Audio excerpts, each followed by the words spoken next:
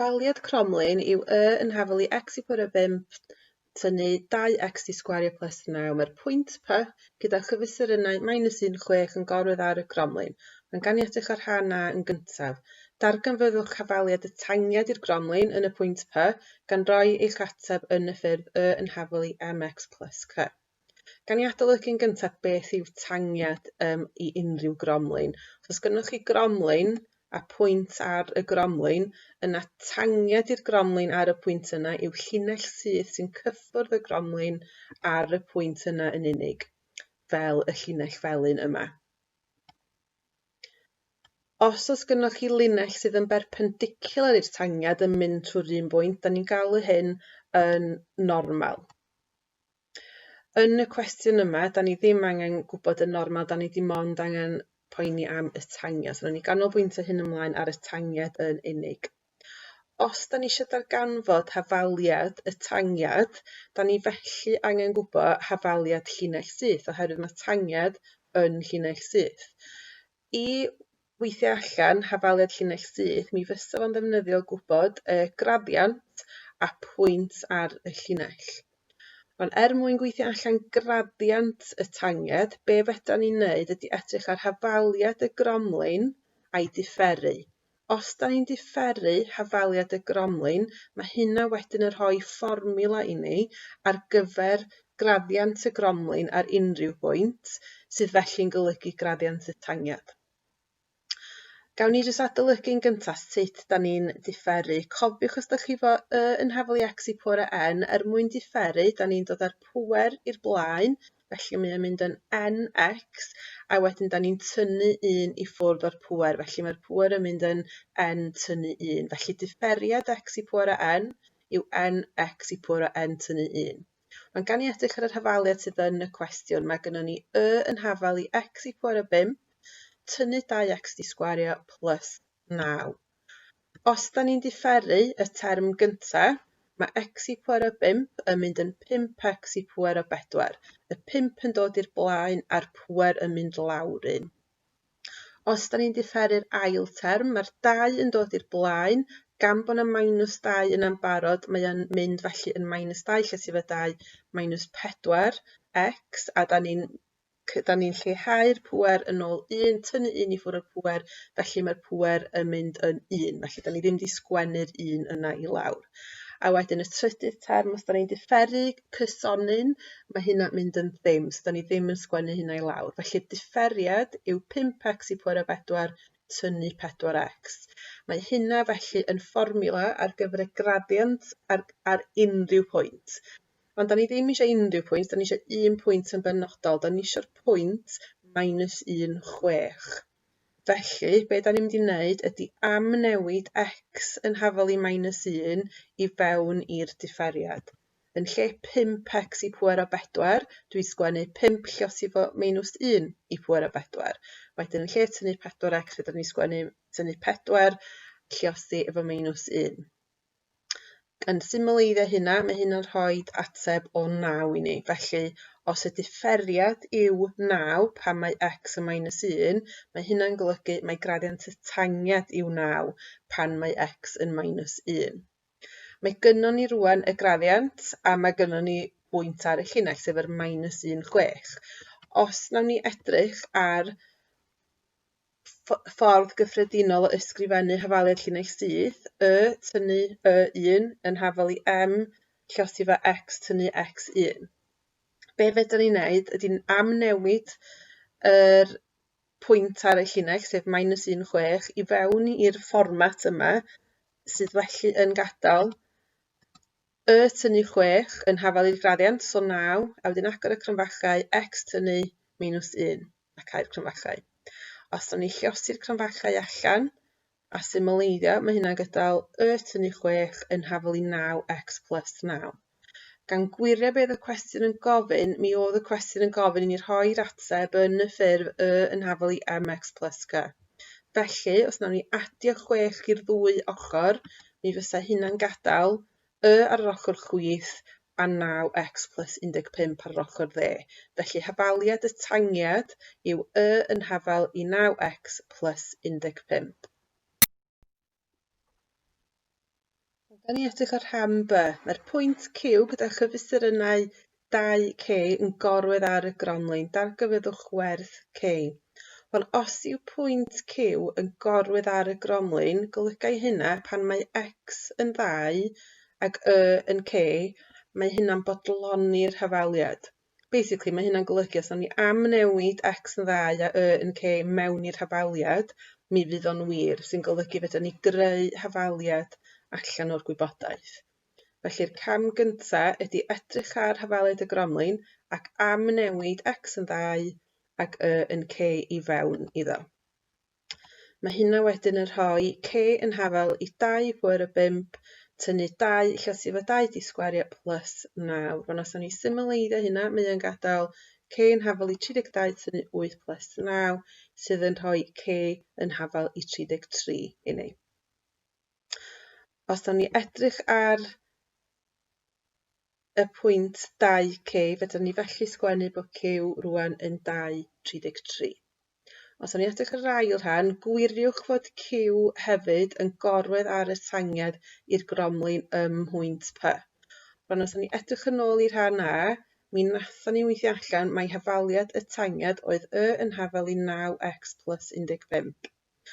Os yw Q yn gorwedd ar y tangiad, yna mi wneith y pwynt Q bodloni'r hafaliad, sy'n golygu os o'n ni am newid X yn 2 ac Y yn 33 i fewn i'r hafaliad, mi fydd o'n wir, mi fydd o'n bodloni'r hafaliad.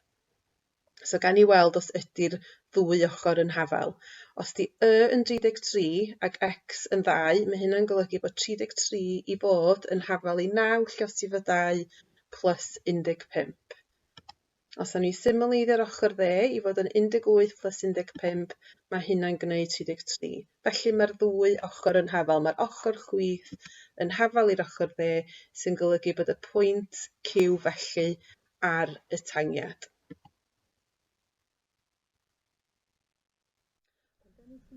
I'r rhan C. Mae'r gromlin a'r tangiad i'r gromlin yn P wedi braslunio isod. Darganfyddwch, a wedyn mae gennym ni integriad o x i power y 5 minus 2x di sgwario plus 9, a mae gennym ni terfynau o 2 a minus 1. Golygau hyn bod hyn yn integriad pendant, achos da ni eisiau gwybod gwerth yr integriad rhwng 2 a minus 1. Peth cyntaf da ni eisiau gwneud felly yw integru. Cofiwch chi integru, da ni'n cynyddu'r pŵer yn ôl 1, hynny yw adio 1 i'r pŵer, a wedyn da ni'n rhannu gyda'r pŵer. Felly, os da ni'n integru x i pŵer y 5, mae o'n mynd i fynd yn x i pŵer y 6, rhannu fo 6. Mae'r ail derm wedyn yn mynd i fynd yn minus 2x di ciwbio rhannu fo 3, a wedyn os da ni'n integru plus 9, mae hynna yn mynd yn 9x. A wedyn mae gen i'n terfynau o 2 a minus 1. Os da chi fod terfynau, be mae hynny'n golygu? Da chi angen amnewid 2 mewn i'r integriad. So os da ni'n gwneud hynny'n gyntaf, mi fydd hynna'n rhoi 2 pwyr y 6 dros 6. Tynnu 2 llosif y 2 di ciwbio dros 3 plus 9 llosif y 2. Da ni wedyn eisiau tynnu i ffwrdd y gwerth pan da ni'n amnewid minus 1 i fewn. Felly mae gennym ni minus 1 i pwyr y 6 dros 6 minus 2 llosif y minus 1 di ciwbio dros 3 plus 9 llosif y minus 1. Fedrwch chi ar y pwynt yma teipio fe mewn ar eich cyfrifiannau mewn un go, mae o lot well trio gweithio allan mewn camau a dangos eich gweithio allan yn gwir, fel bod chi'n cael marciau am y gweithio allan os di'r ateb terfynol yn anghywir, a hefyd mae o'n gwneud chi ystyried yn well os di'ch ateb terfynol yn synhwyrol. Felly, na ni'n gwneud hyn mewn camau. Os ni'n edrych ar y bracedi gyntaf, mae gennym ni yr term gyntaf yn mynd i fynd yn 64 dros 6, ail derm yn minus 16 dros 3, a wedyn mae gennym ni plus 18. A wedyn pan da ni'n amnewid minus 1 i fewn, da ni'n cael 1 dros 6, tynnu minus 2 dros 3, tynnu 9. Ac os da ni'n weithio allan yr bracedi gyntaf, da ni'n cael 70 dros 3, a wedyn mae gennym ni tynnu, a mae gennym ni minus 49 dros 6. Rwan mae hyn yn y diwedd felly yn golygu bod gennym ni 70 dros 3 adio 49 dros 6 sydd yn gwneud 189 dros 6, neu os well gennych chi, mi fedrwch chi sgwennu hyn fel 31.5. Felly dyna di gwerth yr integriad rhwng y terfynau sydd wedi cael ei roed i ni. Ni edrych ar yr ail rhan, mae o yn deud trwy hyn darganfyddwch arwynebedd yr rhanbarth sydd wedi ei dywellu a ffinir gan y gromlin a'r tangiad i'r gromlin yn P. Mae gan i edrych ar y gwybodaeth sydd gynnon ni o'r cwestiynau blaenorol. Mae gynnon ni'n rhan 1, C, mae gynnon ni gwerth yr integriad o'r gromlin rhwng 2 a -1 a'r ateb o 31.5. Ond os da ni edrych yn ôl ar rhan A a B, mae gynnon ni hefyd pwynt Q, sef pwynt lle oedd y gromlin a'r tangiad yn croesdori. Mae gynnon ni 2.33, a mae gynnon ni hefyd pwynt P, -1, 6, oedden ni wedi gweithio allan oedd ar y tangiad a mae ar y gromlin hefyd. Felly, dyna di'r pwyntau sydd gynnon ni. Mae'n reit ddefnyddiol adio'r gwybodaeth yna i'r diagram. Mae o'n nid yn haws gweld beth da ni angen wneud nesaf mewn ffordd. Rwan, os da ni edrych ar y rhanbarth sydd wedi dywellu, os fedra ni weithio allan arwynebedd y trapesiwm sydd wedi i'w chleuo'n las, yna be fedra ni wedi wneud ydy gweithio allan arwynebedd o dan y gromlin rhwng -1 a 2, ac os da ni dynnu hwnna i ffwrdd, mae yn gadael ar arwynebedd sydd yn y cwestiwn. Felly, be da ni eisiau gwneud ydy gweithio allan arwynebedd y trapesiwm, gweithio allan arwynebedd dan y gromlin, a tynnu yr arwynebedd dan y gromlin i ffwrdd o arwynebedd y trapesiwm. So, gan i edrych ar trapesiwm yn gyntaf. Arwynebedd, fformiwla arwynebedd trapesiwm ydy hanner, wedyn da ni'n agor bracedi, mae gynnon ni A plus B, cael bracedi, a mae gynnon ni hyrys allan. Dyna sydd wedi cael ei ysgrifennu a'r papur tygau oedd yn cael ei roi i chi, yn erbyn nhw, mae rhaid i chi wybod yr fformiwla yma, mae rhaid bod chi dysgu, a mae rhaid i chi gofio yma bod A a B yn cynrychioli'r dwy ochr paralel y trapesiwm, a H ydy'r hyd rhyngthyn nhw, y pellter perpendicular rhyngthyn nhw mewn ffordd. Ond os ni'n edrych ar yr ochrau paralel, mae gynnon ni yr llinell gyntaf yma, a wedyn mae gynnon ni'r ail un. Os ni'n edrych ar hyd y llinell gyntaf, fedra ni weld mae cyfesurin Y ar pwynt P fydd yn deud yr unedau i ni, a da ni'n gweld mai 6 ydy hyn, a da ni hefyd yn gweld bod yr ail llinell sy'n baralel yn mynd i fod yn 33. So fedra ni amnewid A a B i fod yn 6 a 33.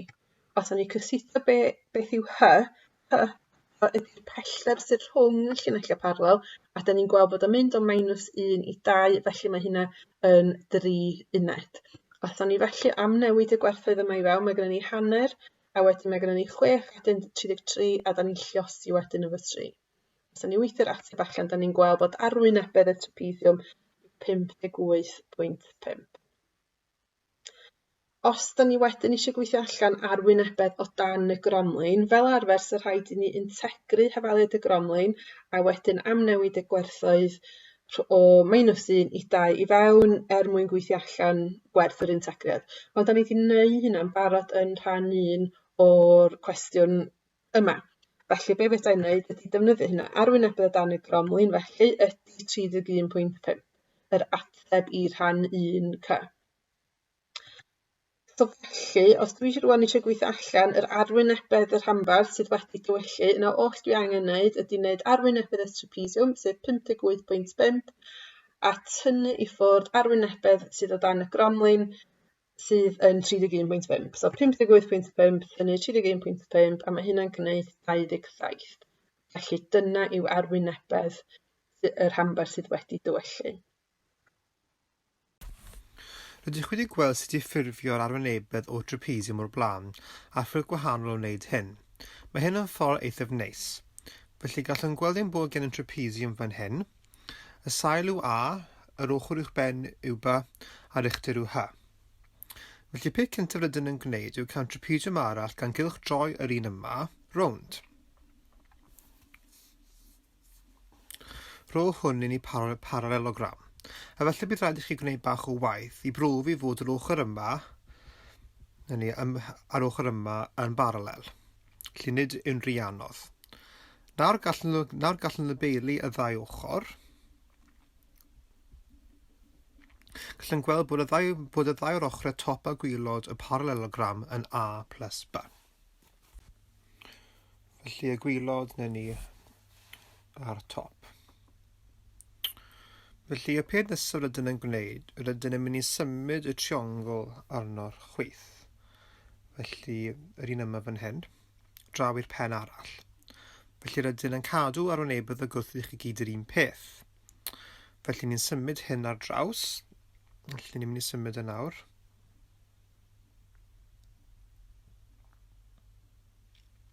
Nawr gallwn weld bod gennym petrial. Arwynebedd y petrial yma yw'r sail, felly A plus B, lluosi ar uchder, sef H. Felly mae hyn yn hafal i H lluosi A plus B. Ond wrth gwrs mae trapesiwm yn hanner o hwn, felly ro hwn ein ffurf terfynol o arwynebedd y trapesiwm, sy'n hanner lluosi a H lluosi A plus B.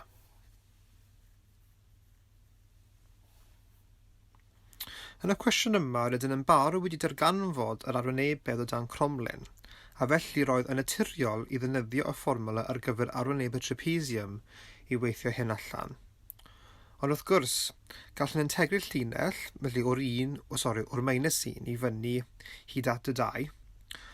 Os oedd hwn wedi bod yn cwestiwn lle gyfynod i chi am yr arwynebedd wedi ei liwio, heb yn gyntaf gofyn i chi gweithio allan yr arwynebedd o dan y cromlin, yna, fel falle rydych yn gwybod yn barod, yn lle gwneud y rannau ar wahân, gallwch chi cyfuno fel un integryn.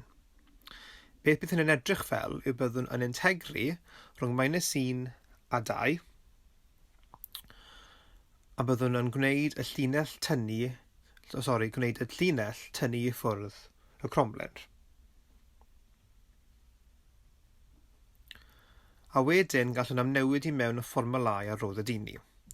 Felly mae'n dda i ddweud fod gyda peth o'r cwestiynau integru yma, mae yr un mor rwydd i wneud un integryn yn gyffredinol yn cynysadio neu tynnu i ffwrdd, ac yna gweithio hynny allan. Ni fydd adio'n addas yn y cwestiwn yma am y ffordd caiff y cwestiwn ei strwythuro.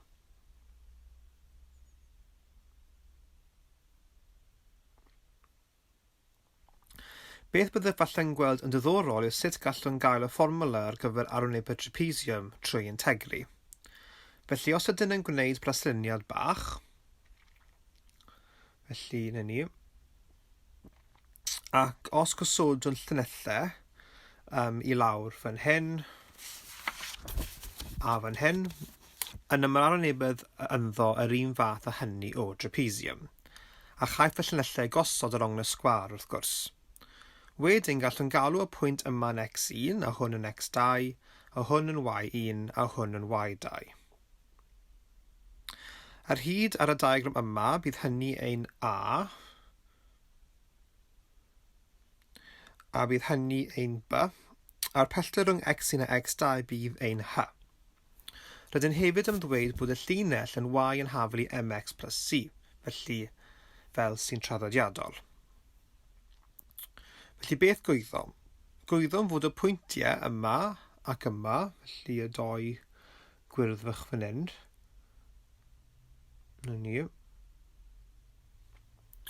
yn pwyntio ar y llinell, a felly golygu hwn bod gennym y1 yn hafal i mx1 plus c, a y2 yn hafal i mx2 plus c.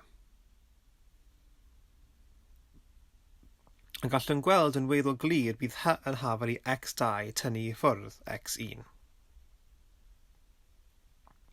Gallwn gweld bod A yn hafal i y1 a B yn hafal i y2. Nawr gallwn gael edrych ar ein integryn. Felly bydd arwynebedd y trapesiwm, neu A, fel sydd gyda ni ar y diagram. Felly yw'r integryn rhwng x1 a x2 ar gyfer y ffwythiant y.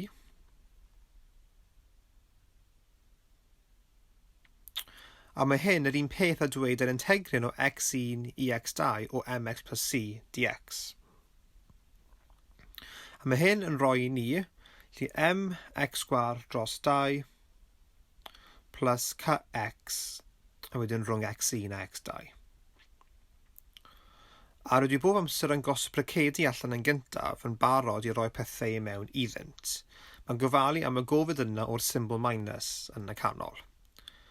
Felly mae gennym mx2 sgwar dros 2 plus cx2. Felly bydd yna'n mynd yn y braced cyntaf. A mae hwn yn tynnu i ffwrdd mx1 sgwar dros 2 plus cx1.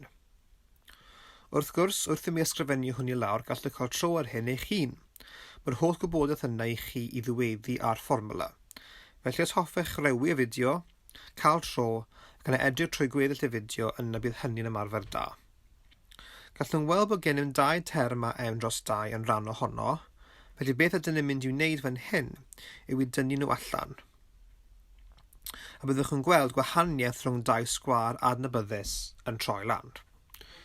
Iawn, felly ni'n tynnu mas yr m dros 2. Hynny. A wedyn mae gennym ein c, llosgiau x2 minus x1 hefyd.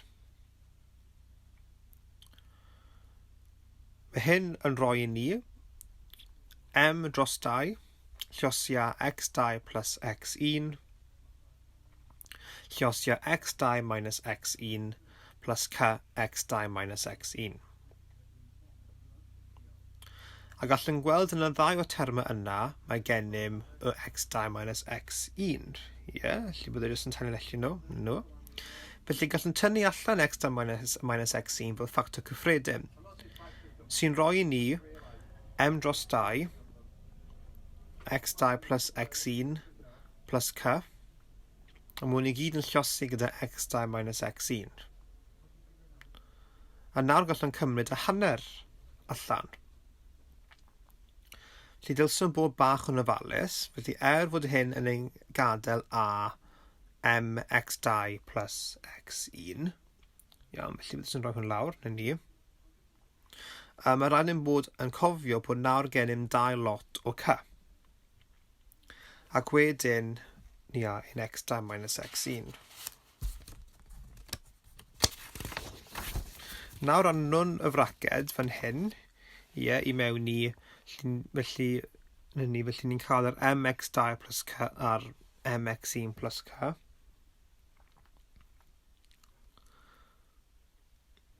A wedyn mae gennym mx2 plus c a mx1 plus c. Felly mae'r 2 ohonyn lan fan hyn, felly gyda'r y na'r y2 ar y top. Felly daw hyn i fod yn y1 a y2 yna x2 minus x1. Wedyn, gwyd yn fod y1 a y2 yn a b, mae x2 minus x1 yn h. Felly rho hwn i ni wedyn hanner llosi a plus b llosi a h. Sef beth byddwn yn disgwyl. Felly peth mathemateg neis fyna.